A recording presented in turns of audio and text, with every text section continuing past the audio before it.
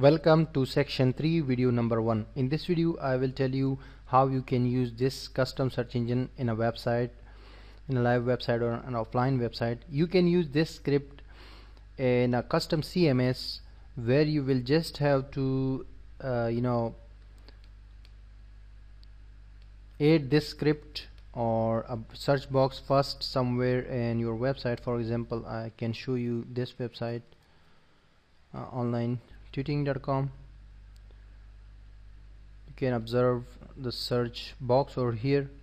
So you just need to insert this search box anywhere in the website, and after that the result page will be this one. You can put this code, this result code, actually the PHP code only, because there is already a HTML page, so we don't need to add HTML page. You can just insert this code there.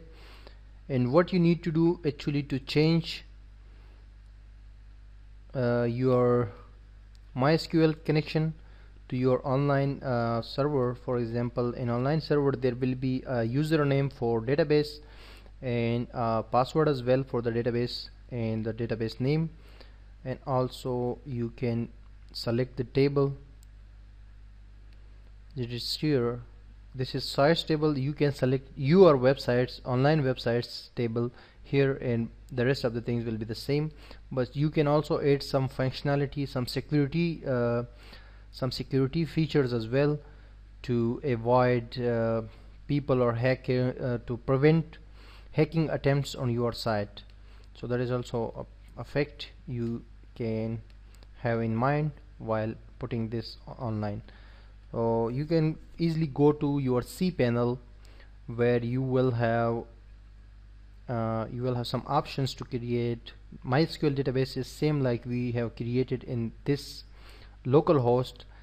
The same interface you will find in your cPanel where there is a section of MySQL databases from where you can create as many databases as you want, and the rest of the things are the same, like creating tables and adding columns, etc.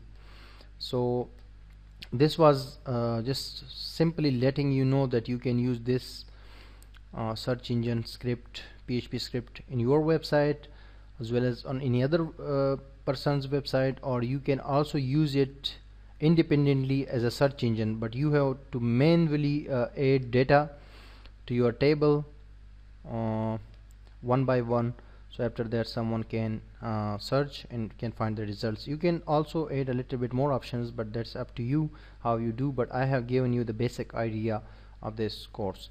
In the next video the next video will be the last video of section 3. In that video I will tell you how you can use this project and how you can use the database that I will give you in an SQL file, so you can use that for your own project. You can practice that. So let me come back in the last summarized video, which will be a summary of this course, as well as I will tell you how you can import and export the database. Tata.